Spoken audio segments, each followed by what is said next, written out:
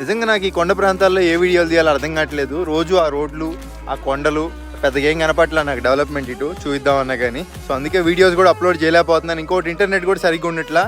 ఇలాంటి టైంలో నాకు సైకిల్ తొక్కుంటూ వెళ్తున్నాను. ఎటువంటి హోటల్ లేదండి. సో వీళ్ళు పిలిచి అయితే నాకు రా తమ్ముడు ఫుడ్ తిని వెళ్ళు, ఇటు హోటల్ చేయలేము, మాకు తెలిసిలేను, సైకిల్ వేసుకుని వస్తున్నావు అని చెప్పి పిలిచి మరీ ఫుడ్ పెడుతున్నారు. ఏం అర్థం కావట్లేదు నాకు. నిజంగా నాకు బాగా ఆకలేస్తుంది, నేనేం తినలే ఇప్పటి వరకు. సో అది మన పరిస్థితి. ఇటు అంతా హిల్ ఏరియా కదండి, ఇటు ఏముండవు. ధన్యవాద్ భయ్యా, శుక్రియా. ఎక్స్ట్రా రైస్ అయితే వస్తుందంట, తిను, ఇబ్బంది ఏం లేదని చెప్పాడు. అప్పటికి అడిగాను మీకు ఇబ్బంది ఏం లేదా అని. సో మాకు ఎటువంటి ఇబ్బంది లేదు, హ్యాపీగా తిను, ఇంకా నీకు హ్యాపీగా పెడుతున్నాం అని చెప్పారు. నిజంగా అండి చెప్తున్నాను. సో నాకు ఇంతమంది హెల్ప్ చేస్తున్నారు, నేను ఎవరిని కూడా మర్చిపోను. నాకు వీలైనంత మందికి నేనైతే ఖచ్చితంగా హెల్ప్ చేస్తాను. ఈ అఖండ సైకిల్ యాత్ర అయితే అయిపోగానే చెప్తున్నానండి. సో అసలు వదిలేదే లేదు. సో ఇంక ఉంటాను. Thank you by once again. జై హింద్.